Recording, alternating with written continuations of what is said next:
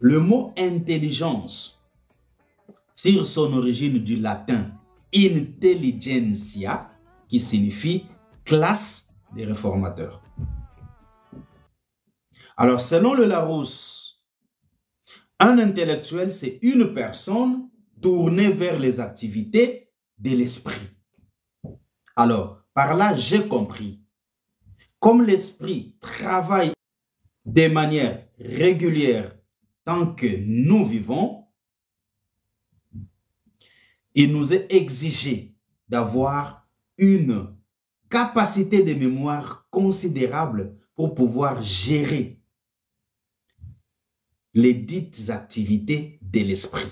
Parce que l'esprit, c'est un canal ouvert pour le donner et le recevoir.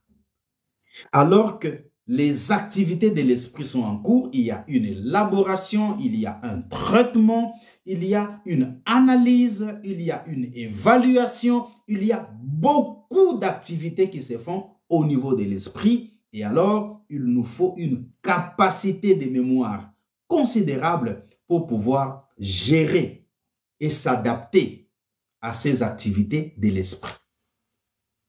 Alors, je me suis permis aussi de définir l'intellectuel à ma manière. Qui est un intellectuel? J'ai donné 8 définitions à l'intellectuel. Un intellectuel, c'est une personne qui a la capacité de discerner. Un intellectuel, c'est une personne qui est capable de rendre des solutions visibles pour la société. Et avant de les rendre visibles, il faut les constater, il faut y travailler afin de pouvoir les rendre visibles ou les matérialiser.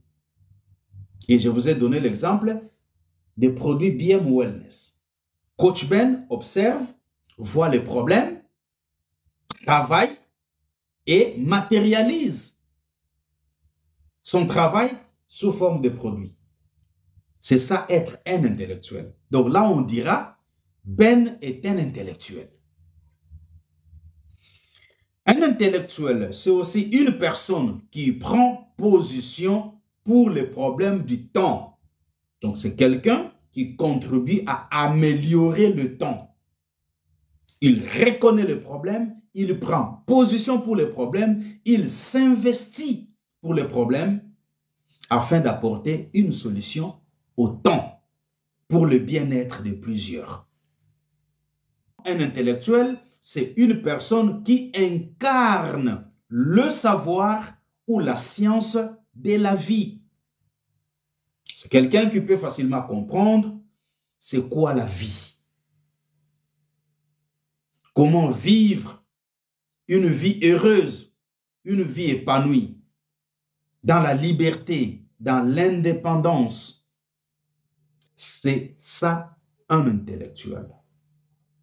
Un intellectuel, c'est une personne qui maîtrise les normes vitales ou encore les lois de la nature. Parce que la nature, la vie est régie par des lois.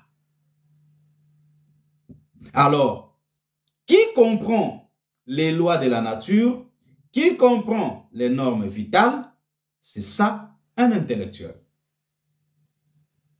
Un intellectuel, c'est une personne qui comprend bien et de façon réfléchie l'information qu'on lui livre. Nous pouvons être dans une salle de classe, nous pouvons être dans un live comme maintenant. Il y a une information qui est en train d'être livrée, il y a des données qui sont en train d'être livrées. La façon de saisir, la façon de comprendre de manière réfléchie diffère les uns des autres.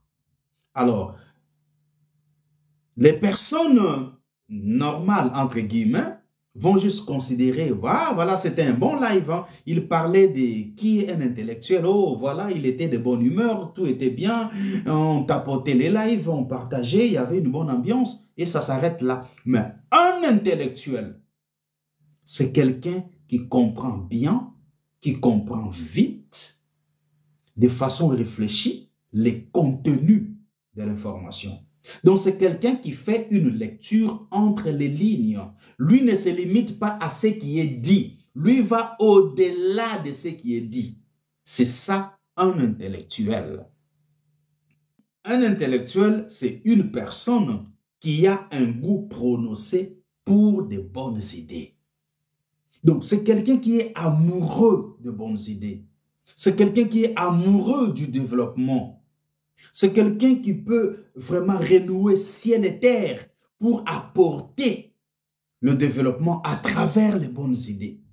Donc, il aime les bonnes idées, il travaille pour les bonnes idées, il contribue avec des bonnes idées. Donc, lui, c'est juste les idées constructives. C'est aussi ça, un intellectuel. Et pour terminer, j'ai dit, un intellectuel, c'est aussi une personne qui a la capacité de réformer sa société. Donc, apporter une réforme, un changement positif à sa société. C'est ça, un intellectuel.